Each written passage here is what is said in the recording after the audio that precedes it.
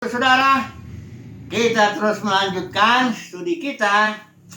Kali ini tema yang baru, yaitu iman dan ketaatan. Karena iman itu dengan ketaatan itu demikian dekat, ya. Jadi kita mau bahas dulu sisi ketaatannya ini. Ini seperti seperti koin dengan dua sisi, ya.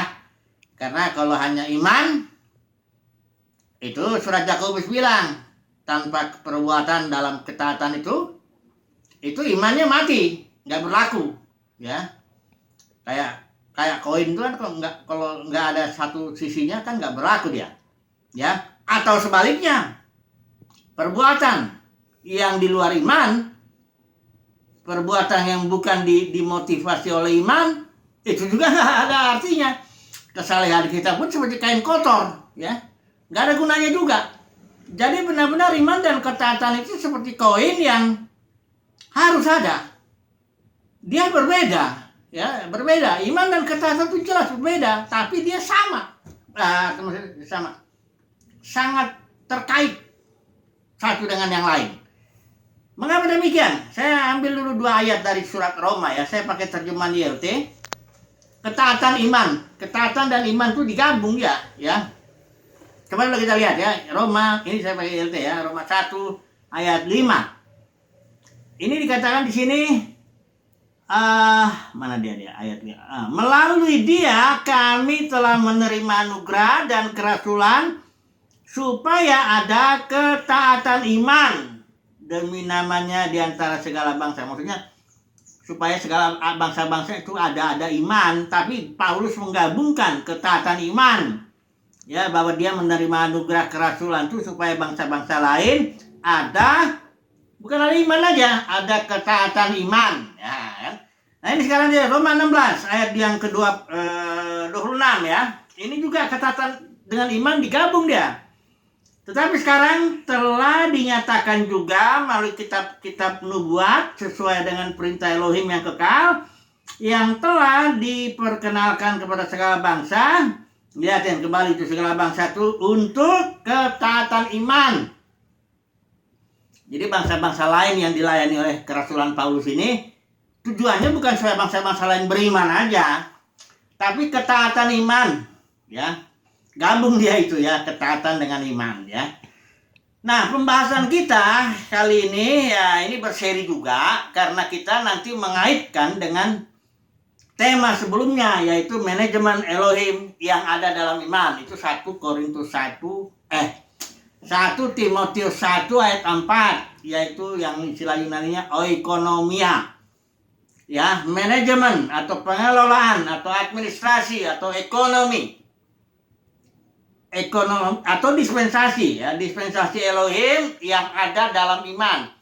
Jadi kita akan melihat nanti dalam setiap dispensasi kasus-kasus, ya, di mana iman terkait nanti dia dengan ketaatan, baru dia jalan, ya. Dalam tiap dispensasi, ya, ada orang-orang yang gagal, ya, gagal juga, ya, dalam soal imannya gagal atau ketaatannya gagal, ya, antara dua ini, ya. Kedua-duanya butuh kasih karunia, jangan salah. Saya nggak bilang bahwa iman itu kasih karunia, ya, terus ketaatan ya tergantung orang itu. Enggak ada yang istilah tergantung manusia itu, enggak ada, ya. Hapuskan itu kalimat. Enggak ada tergantung manusia, ya. Manusia tidak punya kehendak bebas seperti yang banyak orang pikirkan, ya. Adam aja di Taman Eden udah nggak bebas kok. Dia jatuh itu bukan karena dia mau jatuh. Roma 8 jelas ayat 19-21 bahwa seluruh makhluk ditaklukkan ke dalam kesia-siaan alam itu, alam kesia-siaan itu. Kalau kita pengkhotbah itu bilang itu alam di bawah matahari, alam sia-sia itu bukan oleh karena kehendaknya sendiri, tapi oleh kehendak Dia yang menaklukkannya dalam pengharapan dengan suatu maksud. Jadi Adam di Taman Eden nggak ada kehendak bebas, ya. Nanti kalau yang kalau gitu, kalau nggak ada kehendak bebas, ya kenapa lagi? Nah, ini yang keributan ini soal Tuhan bilang ini, aku mau berikan kasih karunia kepada siapa aku mau mengeraskan hati siapa aku mau. Nah, ini Paulus kan ada pernah di dalam Roma pasal 9-11 itu. Dia bergumul di situ. Dia bilang, siapa kamu manusia? Atau berjalan ngomong sama penjunannya, kenapa kamu buat aku begini? Enggak bisa. Ya tetap tergantung dari kasih karunia Tuhan. Tetap tergantung dari kerelaan Bapa. Tetap tergantung dari kehendak Tuhan. Ya, ini harus jelas dari awal ini. Saya tidak mengajarkan tergantung manusia. Enggak ada itu. Saya hapus itu istilah-istilah tergantung manusia. Ya, responnya tergantung. Ada yang bilang ini, kan ada bagian manusia juga. Tetap bagian manusia itu nggak bisa manusia kerjakan kalau tidak datang kasih karunia itu. Ya, karena begini, hidupku bukannya aku lagi, kan begitu. Kalau bukan aku lagi, kok masih juga keinginan aku, tergantung aku, kemauanku apa? Enggak lagi dia bicara itu.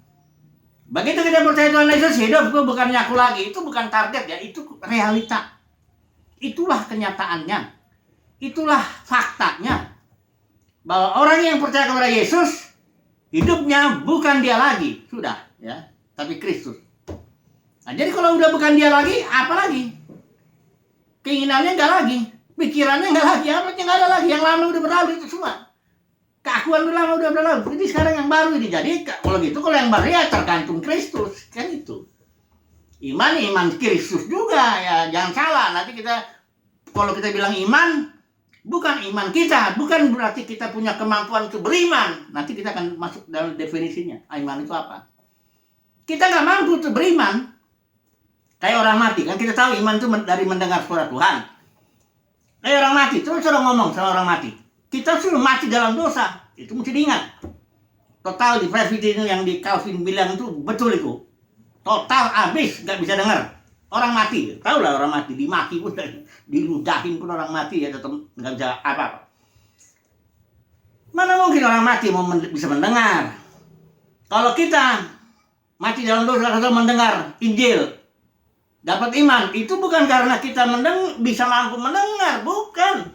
Ya, karena kita telah ditentukan dapat kasih karunia, baru bisa dengar. Ya. Makanya selalu ada barang siapa punya telinga ya dia mendengarlah ya, artinya ya Tuhanlah yang nanti ngasih kasih karunia, tinggal telinga kita bisa. Oke ya, jadi ini harus dari awal ini kita mulai lagi kembali sekarang ya, manajemen Elohim yang ada dalam iman, tapi nanti kita akan belajar sisi ketaatannya kayak 2 koin gini, 1 koin ya. Kita sudah belajar manajemen Elohim adanya di dalam iman, ya atau 1 koin loh. Kita sudah belajar mulai zaman Habel, Ibrani pasal 11, semuanya berkenan itu karena iman. Dari mulai Habel sampai kepada sekarang ini juga ya, selalu manajemen Elohim itu adanya dalam iman. Kalau tidak ada iman, tidak ada pengelolaan Elohim, ya. Karena pengelolaan Elohim itu hanya adanya di dalam iman. Yang ada kedaulatan Tuhan nanti yang bekerja mengatur segala sesuatu. Tapi di dalam kerumah tanggaan Elohim ini iman. Nah, hari ini kita akan bicara sisi ketaatannya, koin yang sebelahnya itu. Ya, bukan terpisah ya, jangan sudah bilang ini. Iman dan ketaatan tadi sudah bilang kita. Dari Roma 1, Roma 16, satu dia. Dekat, bukan satu ya, dekat. Nah, saya menganalogikannya, ini kan gampang nih, koin. Iman, taat, ya. Nggak bisa bicara salah satu, nggak bisa. Saudara bicara iman, kalau dia tidak taat, nggak bisa, mati katanya Yakobus. Saudara bicara taat, kalau nggak karena iman, sia-sia. Sama dia itu, ya. Oke. Jadi kita akan belajar nanti manajemen Elohim yang ada dalam iman dan ketaatannya itu, 1 koin itu ya. Oke. Jadi kita akan masuk ke dalam contoh-contoh Adam dan Hawa, Kain dan Habel lagi. Tapi sisi ketaatannya yang kita akan perhatikan dengan khusus ya. Oke. Jadi kita masuk definisi dulu. Nah, definisi ini kan selalu orang bicara di Ibrani pasal 11 itu. Nah, ini masalahnya Ibrani pasal 11 ini saya nggak merasa itu definisi. Nanti saya coba bicara dulu sebentar ya. Coba kita baca dulu.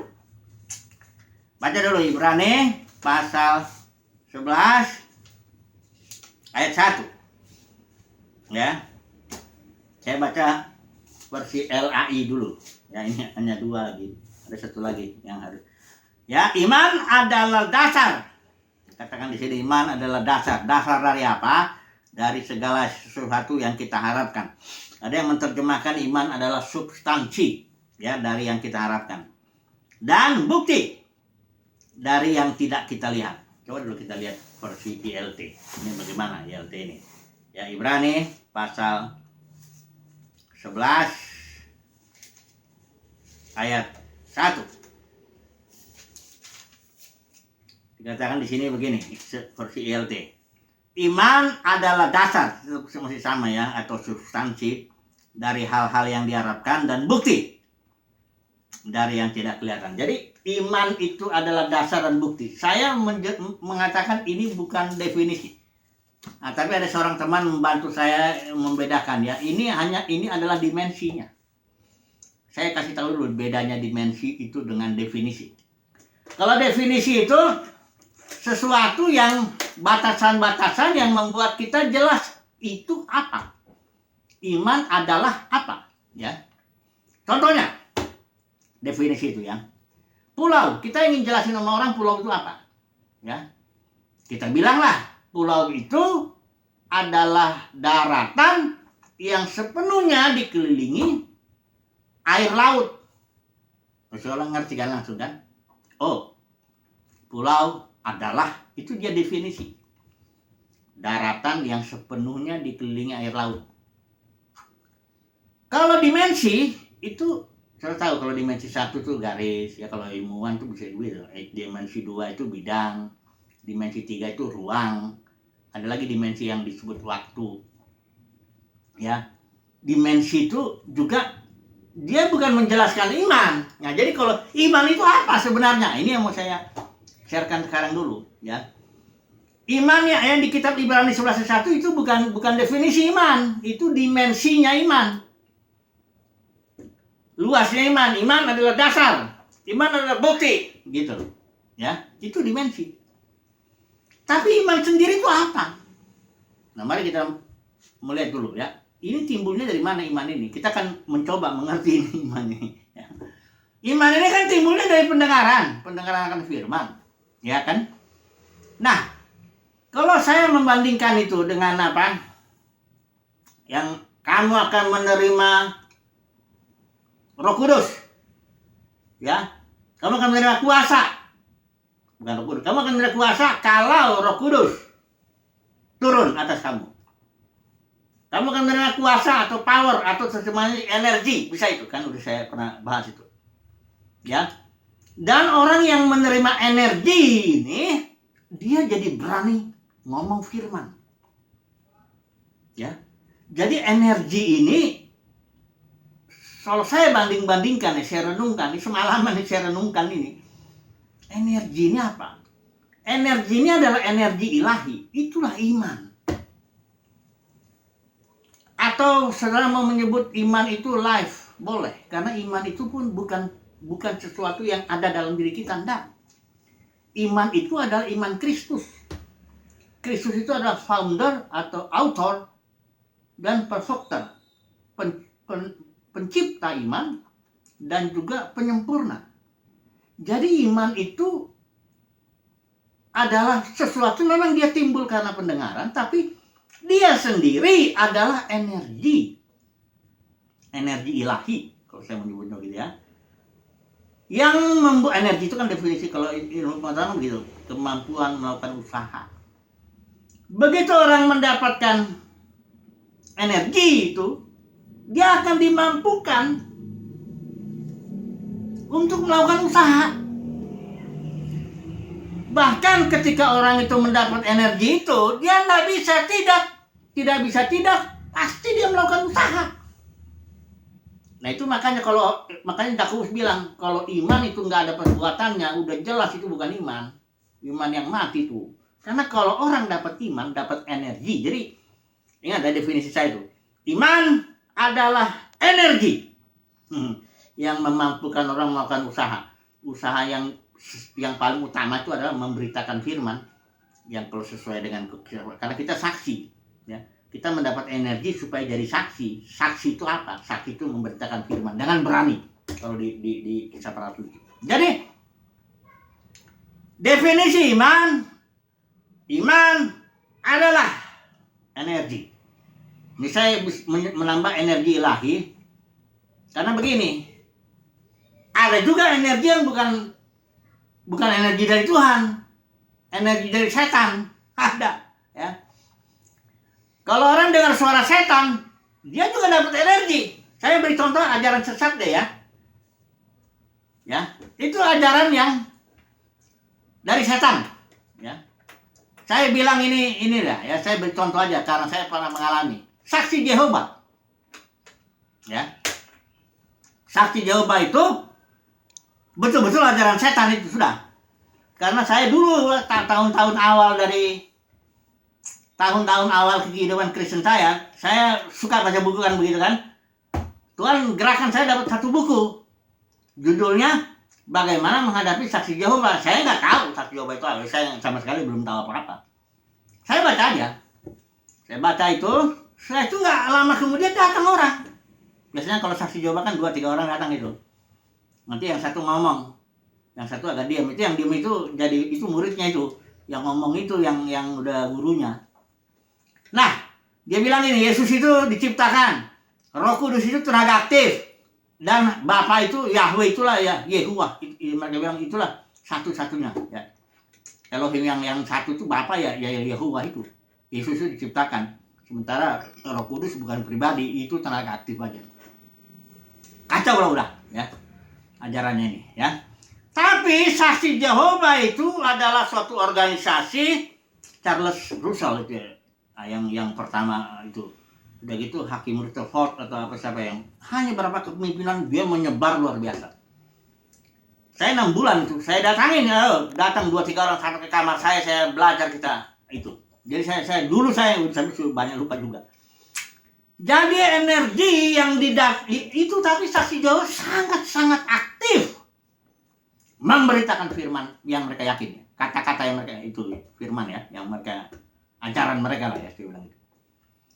Sudah ada pernah survei 60% daripada anggota Saksi Jehovah semuanya aktif datang ke rumah-rumah beritakan ajaran mereka. Sementara kalau dilihat denominasi ini organisasi, aduh, yang aktif paling cuma pendetanya aja beberapa orang ini yang beritakan firman. Nah, itu juga kadang-kadang nggak jelas ya. Mana dia ada 60%. Banyakan yang datang hari Minggu pulang. Nggak ada yang dengan aktif datang ke rumah-rumah beritakan firman apa semua dari ke medsos atau apa banyak. Kami Saksi Jehovah 60% itu dulu survei. Ya. Itu yang rajin itu yang apa? Ya. Dari mana energi mereka ini? Saya tanya ke sampai saya itu karena saya 6 bulan nggak jadi Saksi Jehovah, mereka sampai nawarin mau nggak pergi keliling dunia, bisa kok. Ya, asal jadi Saksi Jehovah ya. Jehovah Witness. Kamu akan dapat fasilitas. Mereka luar biasa. Dari mana energinya ini? Padahal itu sesat. Kalau ya kita tahu kan Alkitab nggak bilang begitu kan? Masa Yesus dicipta? Masa Roh Kudus bilang tenaga aktif aja? Tapi dari mana energi mereka ini? Kok bisa begitu aktif? Lebih aktif daripada orang-orang yang ngaku dipenuhi Roh Kudus. Dari mana? Ya dari setan lah. Kalau nggak ada jalan lain lah. Ya. Energi itu makanya saya bilang iman yang benar maksudnya adalah energi ilahi. Sementara yang saya beri contoh Saksi Jehovah imannya itu energinya itu energi gelap. Energi setan lah, energi gelap atau apalah. Tapi mereka memampukan. Ya. Energi selalu kalau energi kemampuan makan usaha. Jadi Saksi Jehovah kenapa bisa kok begitu? Ya jelas energinya bukan dari Tuhan, itu orang melawan ajaran yang ini kok. Tapi dari mana energinya? Iya dari setan lah itu. Ini saya mau bilang, jadi iman adalah energi ilahi. Atau energi Kristus lah ya, kalau kita mau pakai begitu ya, lebih enak kali ya. Iman adalah energi Kristus, suatu energi, suatu kuasa, suatu power yang memampukan kita melakukan usaha. Dan orang yang kemasukan yang kalian. Orang yang masuk itu energi itu nggak bisa diam. Itu contohnya Petrus.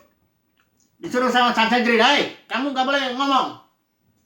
Petrus bilang, nggak mungkin kami tidak bicara. Kamu mau potong leher juga, mau apa, kami nggak bisa, nggak ngomong. Orang yang memang mendapat energi yang benar ya. Makanya Yakobus bilang iman nggak mungkin nggak ada perbuatan. Kalau iman yang benar, pasti orang itu bergerak.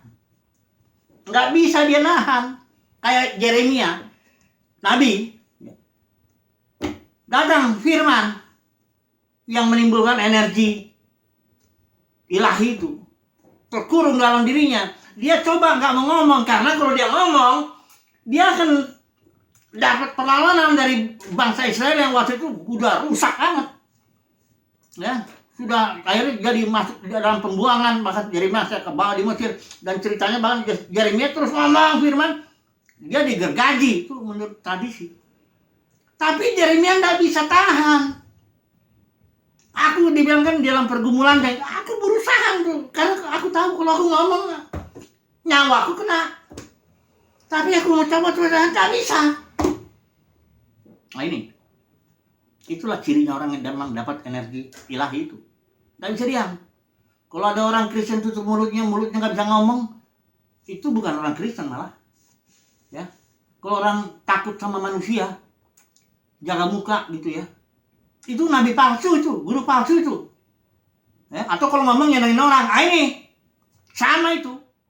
Saya nggak yakin itu energi ilahi, karena kalau energi ilahi bicara padanya, kondisinya begitu. Dunia kekristenan rusak ngomong, nggak ditahan-tahan itu, ya. Dibilang mau menghakimi kayak mau dikucilkan kayak mau diapain kayak itu orang nggak mesti ngomong, ya. Nah ini dia, iman adalah energi ilahi. Energi ini akan memampukan orang untuk dia ngomong, dia bicara, dia bertindak. Bisa nggak diam? Nggak bisa. Kalau imannya benar. Kalau bisa diam, kalau ada perbuatan, nggak ada pembicaraan, ini kalau menurut Yakobus mati imannya. Nggak benar itu. Orang Kristen yang nggak jadi saksi itu nggak benar itu. Atau orang Kristen yang ngomongnya nyenengin telinga doang supaya dapat duit, itu nggak betul juga itu. Masuk neraka itu pasti itu, nggak usah lah bicara lagi itu, ya. Udah pasti itu. Karena kalau orang Kristen yang benar, karena ada energi, dia pun nggak bisa tahan kok, ya, nggak bisa tahan. Tahan nggak bisa. Dan kalau dia ngomong ya terpaksa konflik. Karena dunia ini, saudara ingat ya, kita sedang ini, saya penutup dulu ya, ini baru definisi iman, ini belum masuk kepada yang ini. Pokoknya kita jelas dulu ini, ya. Kita sedang mengikuti Yesus. Yesus itu iman, ya, yang menciptakan iman dan yang menyempurnakannya. Dan dia itu datang ke dalam dunia, diutus itu, serta dunia itu dunia keagamaan juga maksudnya, ya. Itu nggak bersahabat dengan Tuhan, enggak. Makanya Yesus bilang, aku mengutus kamu seperti domba ke tengah-tengah serigala. Nggak bersahabat. Kalau ada orang yang bersahabat, sanjung-sanjung, populer dalam arti apa? Saya ragu, dia saksi atau enggak. Karena Paulus, Petrus, Yohanes nggak populer. Memang dia memberi dampak, tapi nggak populer dia. Petrus juga akhirnya matinya salib kepala di bawah, Paulus dipenggal kepalanya, Yohanes dibuang ke Pulau Patmos. Bagaimana populer? Ya, disanjung-sanjung oleh dunia kekristenan, dunia keagamaan. Enggak, mereka bukan orang-orang. Yesus dibunuh oleh dunia keagamaan di zamannya. Sama murid-murid Yesus semua yang sejati ya, yang benar-benar dapat energi. Nah, makanya saya bilang, kalau ada orang yang disanjung-sanjung, Yesus sudah bilang kok seorang murid nggak lebih dari gurunya. Nah gurunya di malam terakhir kan Yesus ngomong, kamu jangan heran kalau dunia membenci kamu, itu dunia keagamaan itu loh. Jangan heran, karena dia lebih dulu benci aku ya. Seorang murid nggak lebih dari gurunya lah. Kalau gurunya disembelih di kayu salib ya mirip-mirip lah. Ya, ini baru definisi iman ya. Jadi iman adalah energi. Udah langsung kesimpulan dulu sebentar lah. Iman adalah energi. Dan energi ini akan memampukan seseorang untuk melakukan tindakan atau perkataan. Nggak mungkin orang itu bisa diam. Kalau benar, ya. Jadi bukan karena ketaatan saya ini iman datang, setelah itu saya merespon dengan ketaatan, terus saya enggak, ketaatan itu bukan dari saya, enggak, itu keluar dari energi iman ini. Ya. Makanya Paulus bilang aku bekerja keras katanya, tapi bukan aku. Ya. Kasih karunia Tuhan itu energi yang di dalam Paulus itu membuat dia bekerja begitu. Bukan dia. Ya. Jadi saudara tuh, ya oke lah, cukup dulu ya, nanti kita sambung. Pokoknya saya berusaha mengulang-ulang ini dengan contoh-contoh lagi nanti sampai jelas lah bahwa iman ini selalu ingat ini ya. Iman adalah energi. Ya. Dan energi ini akan memampukan seorang untuk bertindak taat. Dan bisa enggak? Ya, kalau orang itu bisa diam, bisa menahan iman, didiamkanlah imannya dalam hatinya, kayak enggak bisa. Itu berarti imannya enggak benar. Karena kalau imannya itu energi, roh, Yeremia pun seorang enggak bisa tahan. Paulus pun enggak, Petrus pun enggak bisa. Pasti dia ngomong, pasti dia taat. Ya. Jadi sekali lagi, iman dan ketaatan seperti kau itu. Itulah dulu lah, ya. Besok kita sambung lagi ya. Semoga semakin jelas lah. Puji Tuhan, haleluya, amin.